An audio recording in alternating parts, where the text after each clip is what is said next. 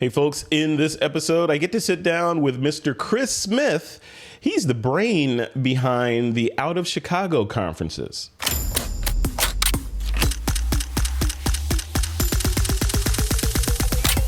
This is Twitter.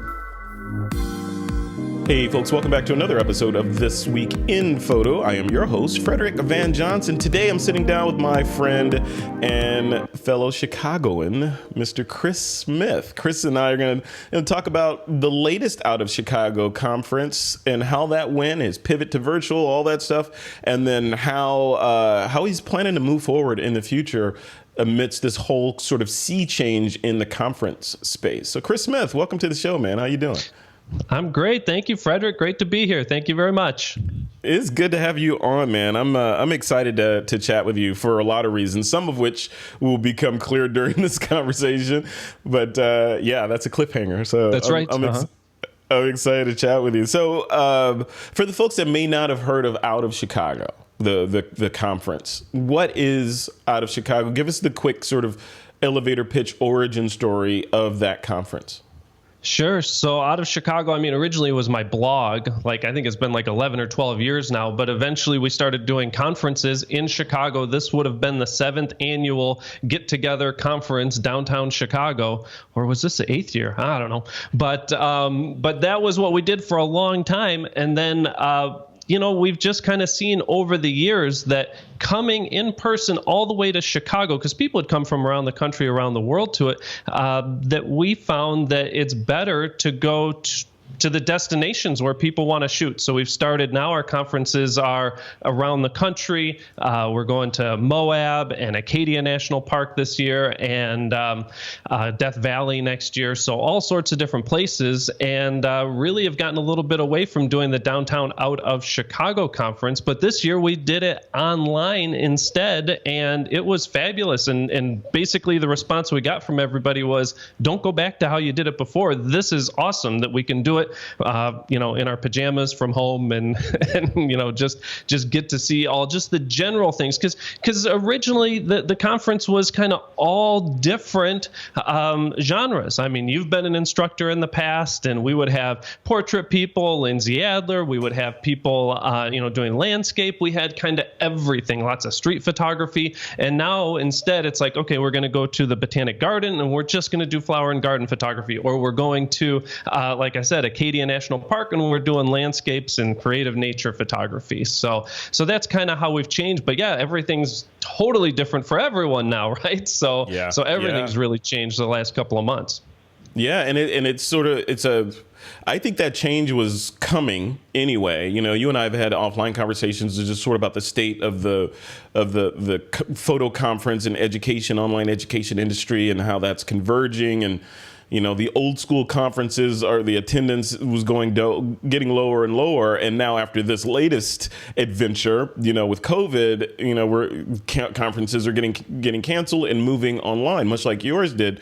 Yours was able to pivot a lot easier than some of those bigger conferences from my external opinion, I think, and you correct me if I'm wrong, largely because you'd already built sort of this next generation conference that wasn't, hey, come check out this massive array of booths that people spent gazillions of dollars on, and then they're downstairs, go to the education. You kind of flip that on its head. Can you talk about that a little bit?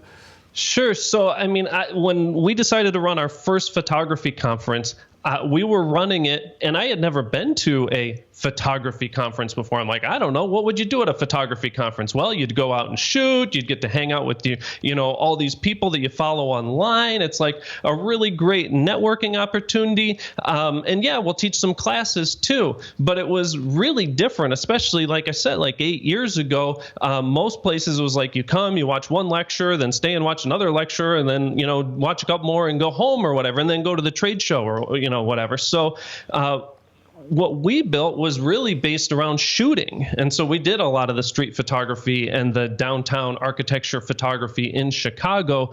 But by switching it that way, it made it a whole lot easier to go virtual. Well, that's kind of ironic because we weren't doing the shooting, but we didn't have this huge, big infrastructure behind it. We're just a very small company. I have a few people that help me run it, and they're awesome, by the way.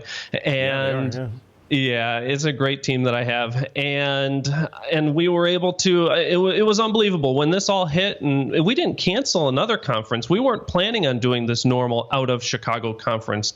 We were going to do something that was just architecture, which we weren't able to do, of course. But instead, we said, well, we've got all these instructors. We had 70 instructors at the thing. I said, I've got a list of, all these people. We could email them immediately. We could ask, hey, do you want to do this? Well, and the best part of it was that they were all stuck at home. And so they're like, well, I got nothing better to do. So, all these instructors, all were like excited about it. And I mean, it was really meant as something that we wanted to do, but it was also a benefit for our instructors who had to cancel all of their workshops. I mean, that's their livelihood is, going around the world and teaching. And so we did this instead to help, cover some of those costs for them that they're losing.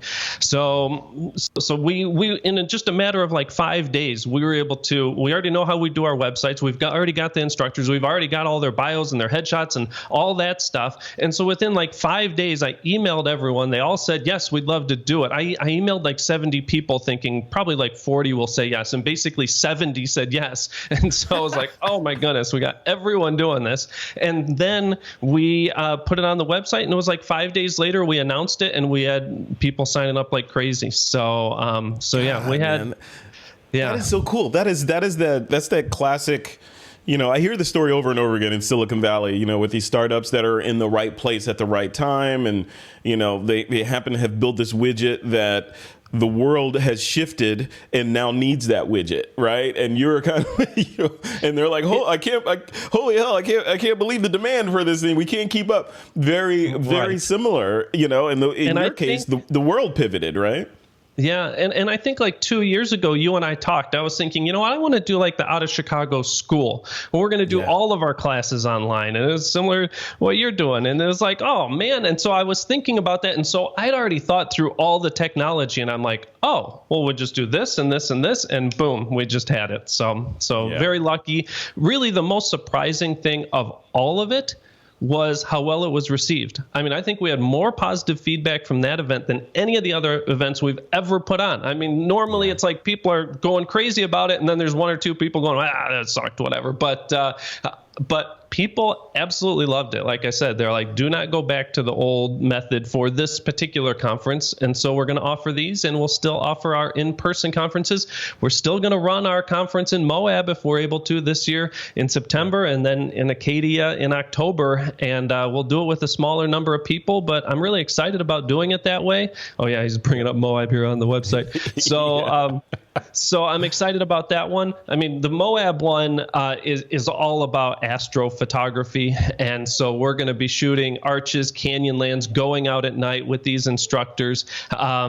And so it's going to change a little bit from what you see on the website right now. Not every one of these instructors is going to be coming, and we're going to have a smaller number of people. But I am really excited to try this out because we're going to do like a hybrid model like you and I talked about, Frederick. So we're going to teach some of the classes online. We limit these to 100 people, but we still don't want to put 100 people all in one room. And so we're going to teach those big classes online, but that means we're going to have so much more time to shoot out in the field, and we're going to have more time to do small group image reviews, which we always do, but we'll have time to do all of that, to do one-on-one sessions where you sign up with one instructor and work one-on-one and ask whatever questions you want. So I'm really excited to see how those go, and maybe that'll be a model for us going forward, that we can do smaller numbers and do it kind of a hybrid model.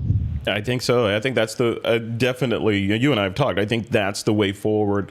In the middle of this global uncertainty, I think the virtual model is, of course, because without virtual, you'd have nothing right now, right? So virtual is the way to move forward. But I think part of the sea change in the world when it comes to this kind of stuff is ultimately a hybrid model, maybe even leading with virtual. And for those that have the means and the fortitude to come to the live version, there's something there for them, that's amazing. So I think you're ahead of the curve. And you said, Chris, Right. you said you think it was lucky that all this stuff went down. I don't think it's luck. I think it's that old adage of fortune favors the prepared and the bold, right? So you were prepared. We were and you gotta definitely be bold. Yes. You got to be bold to dive in. Any kind of thing that no one else has done before is, requires a certain level of fortitude, let's say. So let's talk about that. Let's talk about the conference itself, right? This last one that you just ran. One of the things that people love about these conferences is the physical contact, shaking hands with people, saying hello, talking to their favorite instructor. Maybe it's a Lindsay Adler and saying, hey, Lindsay, I love your work. Hey, I'm having trouble with this thing right here on my camera. Can you help me understand the inverse square law? That kind of thing. How did that get replicated into the virtual world? How are you able to kind of quench that thirst? Can I just totally change the topic, which is when we had Lindsay Adler as one of our instructors, I used to teach physics. And so she's like, oh, let me tell you about the inverse square law. I'm like, oh, really? I'm a physics teacher. Let's hear about the inverse square law. And she just boom, boom, boom, boom, boom, rattled it all off. And it was all right. I'm like, oh, that's pretty good. So, yeah, that's my Lindsay Adler story for the day. That's awesome. The school teacher gets schooled by Lindsay Adler. Exactly. I'm like, oh, what was your question? Oh, that was great. It was a long question. So the differences between like replicating that tactile physical experience in the workshops and how that translates to the online world inside of Zoom or whatever platform.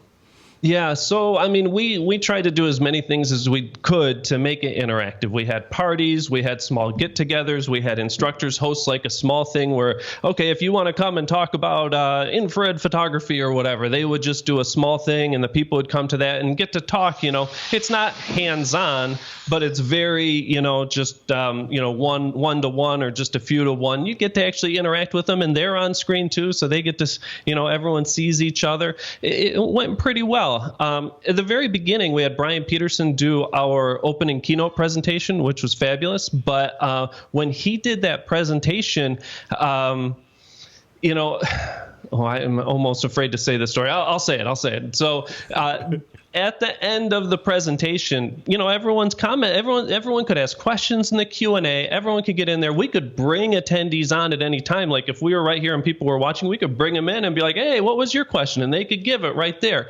Yeah.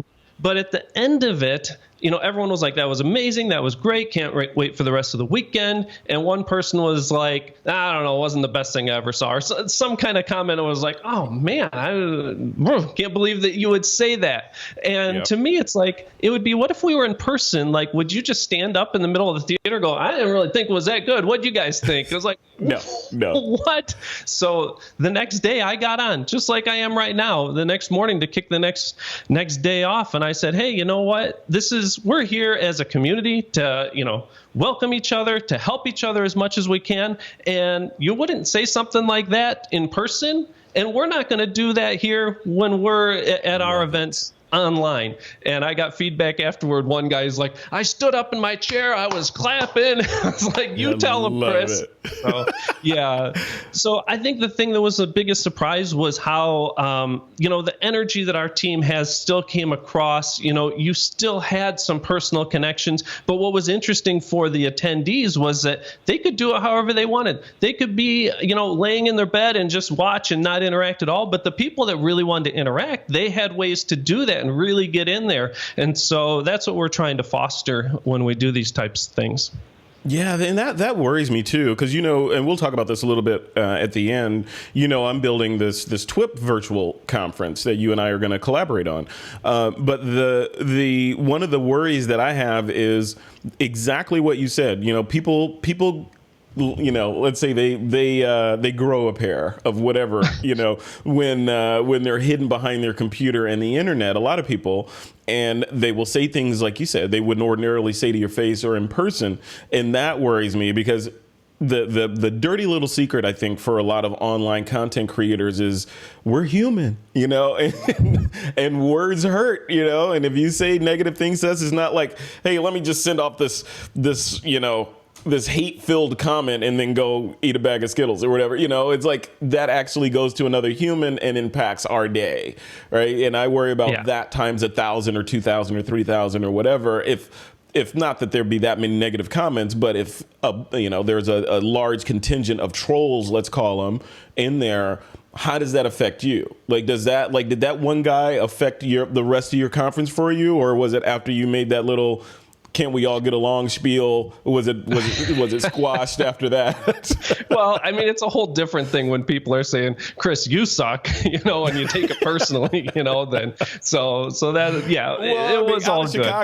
Out of Chicago is Chris Smith, all right? It's synonymous. So yeah, no, I like to say that I'm more just the custodian of the. Oh, that was your thing. Sorry, my bad. Don't steal my line. My bad. No.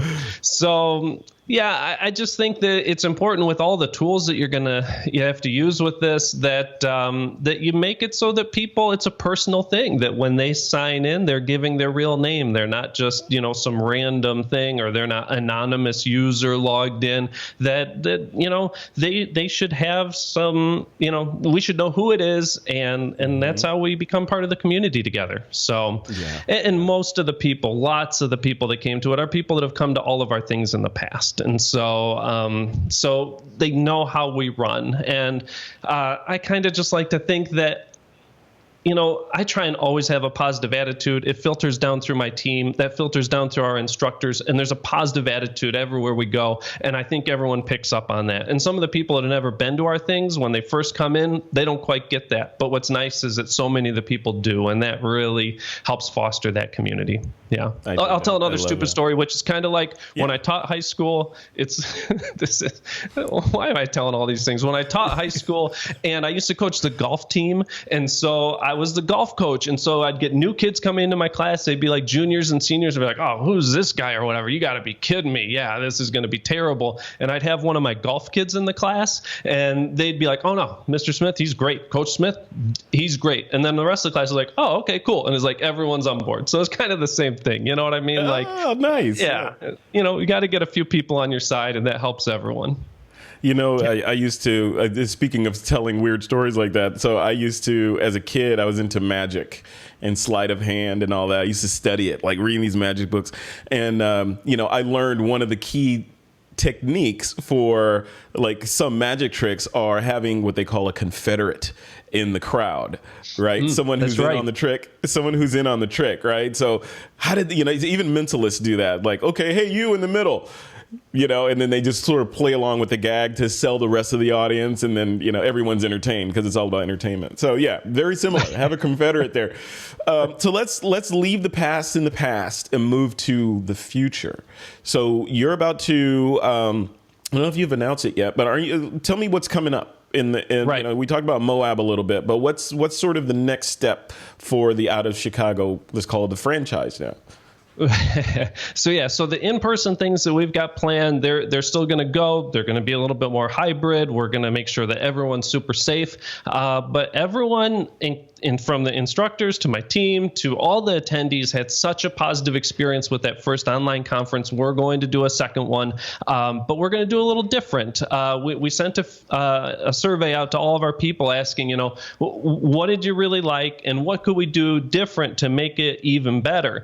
And the biggest thing that we got back was we want to go more in depth. Most of our classes were 60 to 90 minutes, and it was like, okay, this was kind of like the big keynote that they might have given somewhere else or whatever, and they did it here, which, kind of sidebar, that was really nice. Like if you didn't go to Out of Oregon last year to see Nick Page talk all about how he does his amazing seascapes, well, he did that presentation at Out of Chicago Live online, and so everyone got to see that. But the feedback we got was we want to go more in depth. We want want to see all new content. We want there to be even more interaction like we're talking about, and maybe time to actually shoot and get feedback on that. And so that's kind of, we're like, well, how would you do that? It's online. So to do that, what we're going to do, and it's going to be August 21st through the 23rd. That's the main conference weekend. And we're going to pair up instructors so that 2 instructors are going to teach a big 4-hour block and really go in depth. As a matter of fact, we're going to call it Out of Chicago in Depth, and it's going to be all doing a deep dive on these things rather than just kind of, this is kind of the basics, really doing a deep dive, and it's going to be all brand new, unique content. And so the point is that those 2 instructors are going to work together and figure out how they work really, really well together, and make it awesome. That's cool. Frederick, is there a person you would work really well with? You got to think about this. We got to have you on, right? Would you be an instructor? I would be honored to come on. Yeah, I think that's a really good idea too. The pairing piece of it, because that's the nut, right? That's the nugget that we're trying to crack, and that's that interactive piece of that. And how do you bring the interactivity and sort of hands-on, and I actually made myself a better photographer for having gone to that conference versus, not to discount it, but versus sitting and watching a PowerPoint or keynote or even a screen share post-processing demonstration. You put the beginning of that in there. I think that's brilliant. Yeah, I'm excited. And yes, live on or recorded on TWIP, I'm agreeing to come to Out of Chicago. So, good. Very good. Yeah, August 21st through the 23rd. Now, people are asking to shoot also. And so the other thing we're going to do is we're going to give people some time after that, and then we're going to ask the instructors to come back. Frederick doesn't know this, and to do a quick image review afterward. So go out, take those things you've learned, and then come back, and those instructors are going to go over those images and say, yeah, this is exactly what we were talking about. This really shows this, this, and this. They're going to take 10, 15 pictures from all of them that are submitted and then go, these are a couple of things you could work on and make this even better. And so you're going to be able to learn something new, go out and try it near your home. And that's the other thing, is a lot of these things are all going to be about shooting, not those grand landscapes. Not too many of us right now are going out to these places to get these awesome shots, but how can you get great shots just at your local forest preserve or your local botanic garden if it's open? And so you go out and you do that, you come back and you get some feedback from the instructors. So that's how we're going to incorporate some shooting. We were kind of thinking about what if you did the class and then we gave everyone 3 hours to go shoot and then come back? But it's that's just a mad rush. So give some people some time and then come back and do feedback on it. That's the plan. Yeah, and do scheduled feedback. I think that's great, because a lot of the conferences I've gone to, I call them these next generation conferences before the pandemic hit and all this sea change happened. But like for example, Sue Bryce and George Varanakis with the Portrait Masters Conference, they had a whole area cordoned off with instructors in there for portfolio reviews, and there was a queue to get into each one of those instructors, right? Because it's like the pent up demand to have people tell you, what's wrong or what's great about your work is there. It's palpable versus, we're all working in these home office silos and going out and shooting alone, and friends and family, they're always going to be gracious and oh, that's great, you should make a career out of that, right? But when it's a picture of your big toe or something, right? Of course. you need that real feedback. So I think that's great, man. That's great. And you're doing it right? Ask what, the survey part of it, ask your base what they want and then give it to them, right? Period. That's the formula. Ask, what would you buy if I was to make this, and then make it, and then tell them you made it, and boom, that's it. Yeah. And our goal, even with the in-person ones, has always been, let's make sure that when people come here that they're getting something that they couldn't just watch on YouTube. It's not just a bunch of presentations. It's actually interactive. It's actually feedback on your work. It's actually shooting alongside these photographers. And so that's kind of our challenge, is how do you do that online? It's like they're watching through the same screen that you would just watch YouTube videos on, but we want to create something that's more than just you could watch it on YouTube. And I think this is going to do it. I'm really excited about it. We've just started reaching out to instructors, and so we're really excited to, we'll have landscape photographers, we'll have some street photography, we'll have flower and garden photographers. It's really meant for passionate enthusiasts, and there's a lot of pros that come to our thing too, but we're not teaching like wedding photography and the business of, portraits and how to do senior. We used to do some of that stuff at the Out of Chicago conference, and it was like, I'm just not excited about that, so we don't do it. I kind of feel bad about that. And then it's like, now we got the models and we got the makeup and we got all this, and it was like, oh, that's a pain in the butt. So we don't do that. It's really for people that are just super excited. They make photography a huge part of their life. It's a huge part of their creative life, and we just want to help do everything we can to help them get the most out of that. I love that. See, we're birds of a feather because, you and I talked a little bit about and I've sort of foreshadowed it a little bit, the TWIP photography conference that I'm putting together. Not a whole lot of detail on it to share right now. There's a lot of detail. Come on, tell all the secrets, Frederick. I can't tell all the secrets, but I can say that you and I are birds of a feather, and that we're, this is a collaborative effort, so, you'll see Out of Chicago and Chris Smith involved in this effort that I put together. And I'm excited to do it because, like I said, like you said, people don't want to sit through just PowerPoints. People want interactivity. People want a lot of the things that they can't get at physical conferences. And now it's sort of that nexus in time where people like you and hopefully me can provide that. And I think both from a conference attendee standpoint, and the value that you could bring there, as well as from a sponsorship standpoint, how do I get my brand in front of these people that are my customer base? It just makes so much more sense to do it like you're doing it, to do the virtual side of it and put them in front of those people.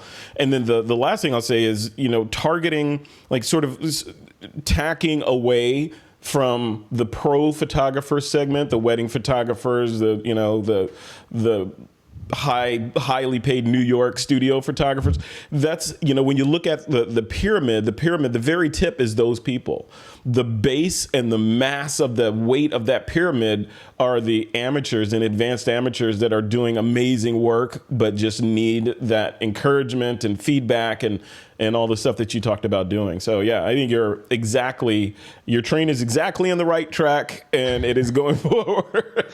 Yeah. And it just really speaks to my heart. I mean, I feel the same way whether you're talking about like golf, and it's like, I mean, the most beautiful thing you could do is to be just a really good amateur golfer. Like, I'm not in it for the money. I'm here because I love it and it makes me, enjoy life. And that's the same thing with photography.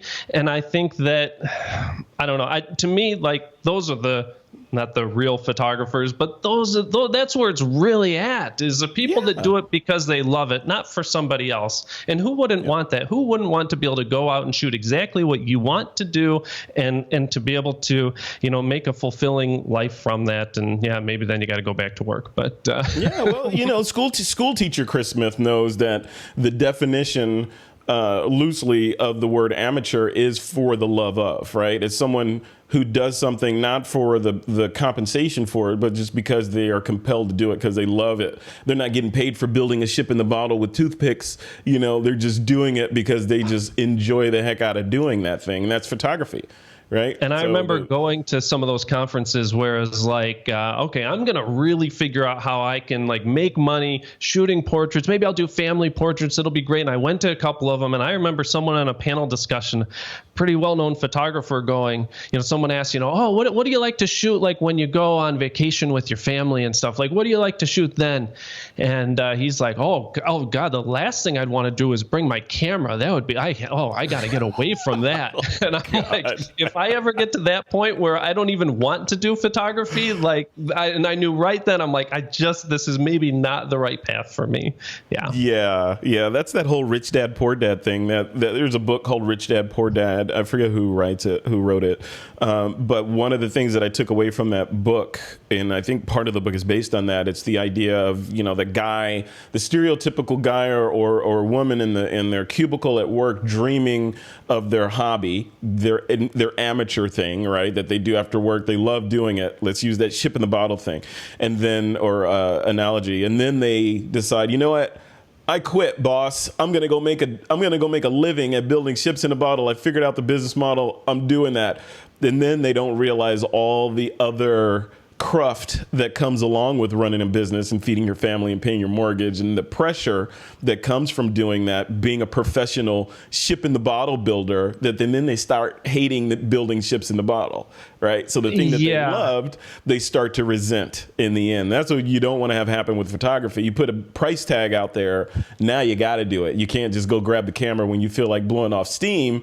You got to do it to feed the kids, right? All right, it looks like the gremlins have intervened in my conversation with Chris Smith. It looks like the power went out at his house. He's having some construction done on the house, and it looks like they may have touched something they shouldn't have touched, and it, of course, dropped Chris offline. But I think we covered most of the topics I wanted to cover in that conversation. Remember, go to outofchicago.com to get on the list and check out all the stuff that they're doing, including this new conference that's coming up where he's pairing photographers together and building that whole sort of interactive and feedback component. That is going to be taking place August 21st through 23rd, 2020. So go check that out. I will be speaking there as well. You saw him invite me. So go check that out, and we'll see you soon. That's it for this episode of This Week in Photo. I'm Frederick Van Johnson. We'll see you in the next one.